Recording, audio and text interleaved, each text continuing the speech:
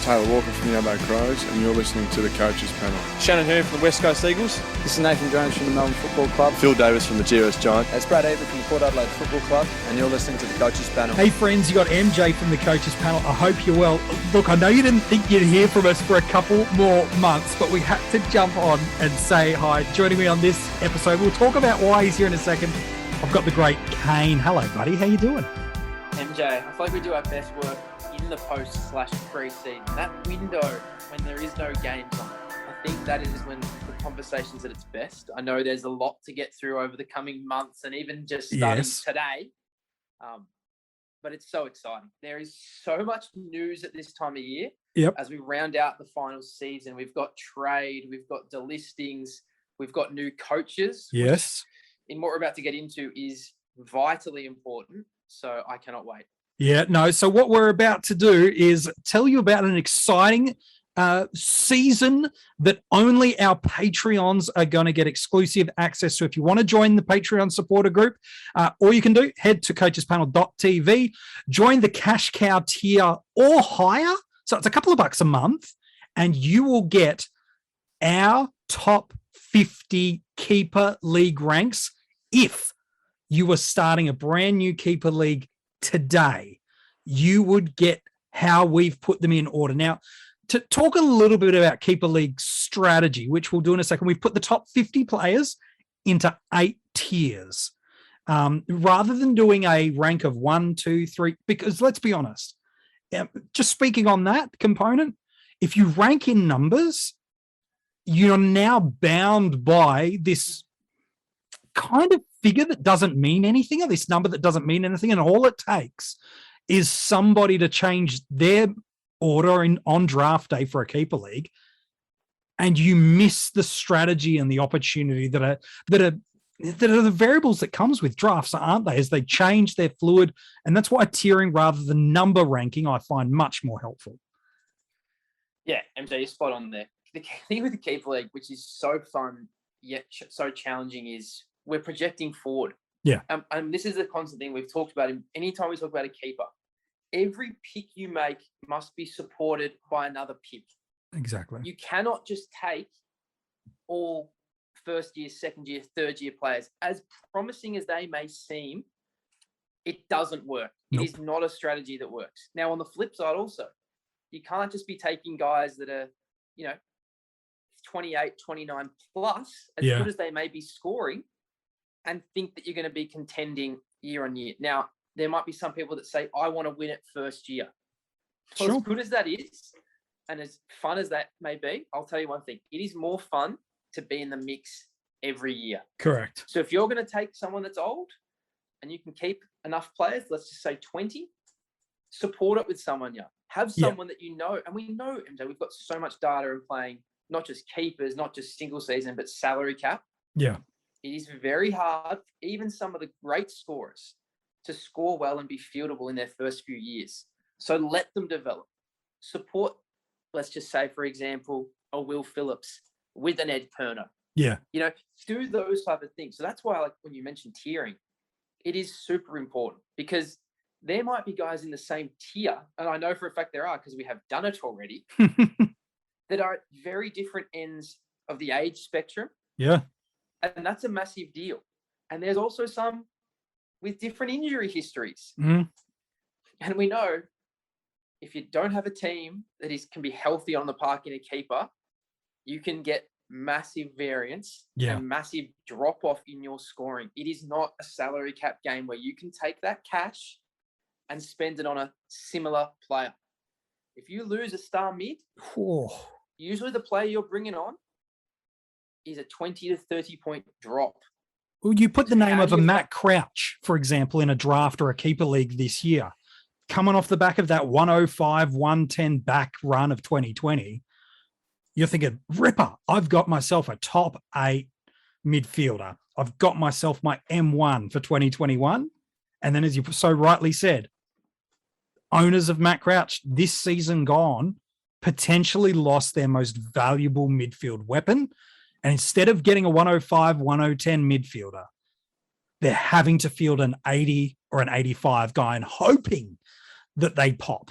along the way. And that's the great challenges that not just drafts, but keeper leagues do, because there's so many variables. How many coaches do you have? How many people do you have on field? How many players do you retain as a part of your list every single year?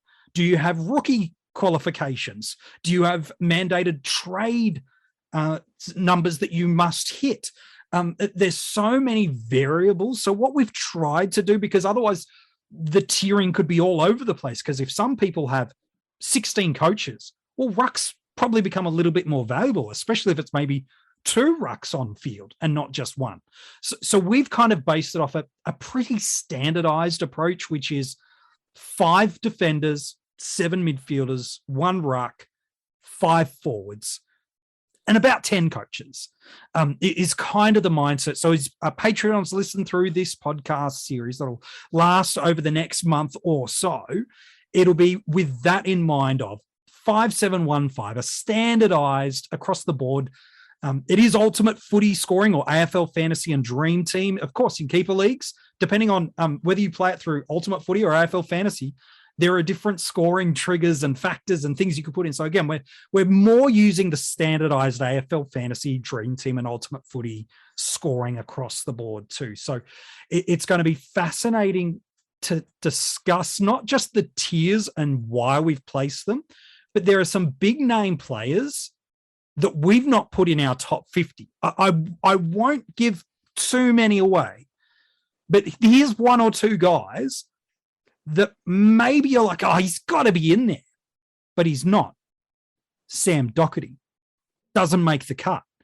Now, over the past couple of years, yep, he's missed some seasons with footy, but even just over the past 18 months, he's shown in reality, he's an 85-90 defender. Do you really want to pass that up?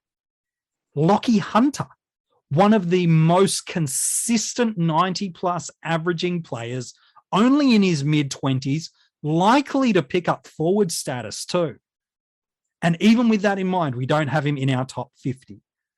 Or Mr. Reliable 100 himself, Luke Parker. I think what is he averaging? Like 100 over the past 150, 160 games. Just gets it done. It's got another 4 years at Sydney. No room for him in our top 50. Why? Well, you have to become a Patreon to figure that sucker out. And so that's what we're going to do. The good news is if you're at that base tier of a cash cow or any of the tiers above that, there's already a podcast for you. You can go and check it out right now. The first tier, we're going to do them episodes tier by tier. And on the first one, we're discussing 8 players in tier 8.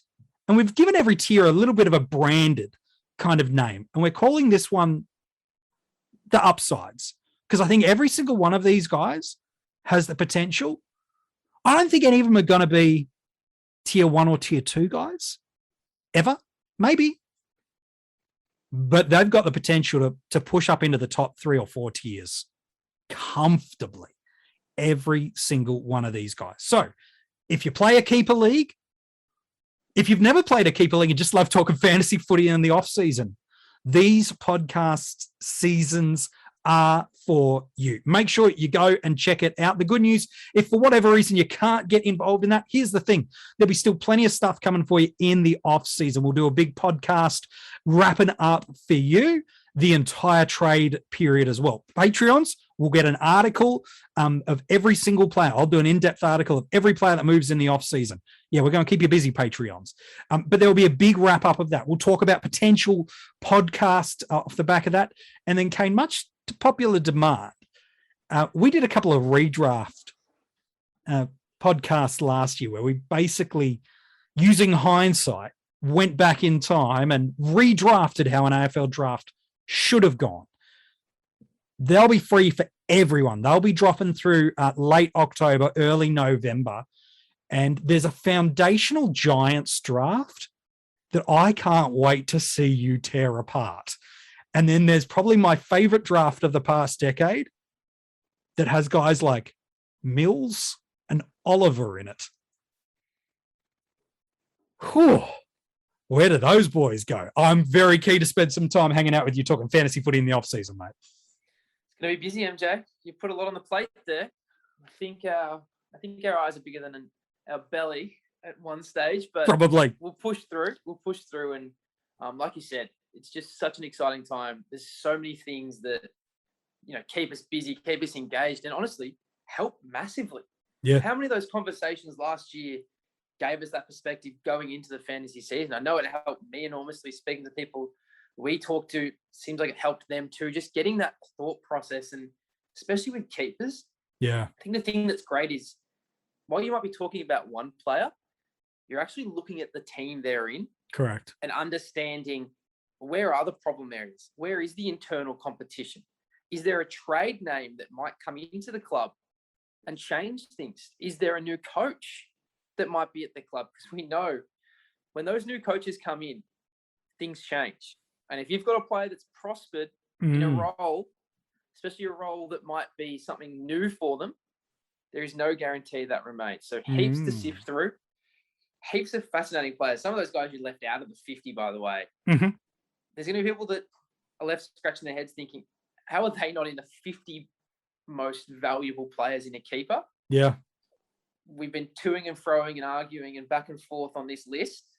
So I think we feel like we're in a position to launch. I think so. And, that's the fun of a keeper, isn't it? Everyone values someone differently, don't they? And that's the great part of a keeper league, is who we might have in the top 2, 3, 4 tiers. You're like, mate, he belongs 3 or 4 rounds later in a draft, and a bloke you've already missed, why is he not in your first 2 or 3 rounds picked?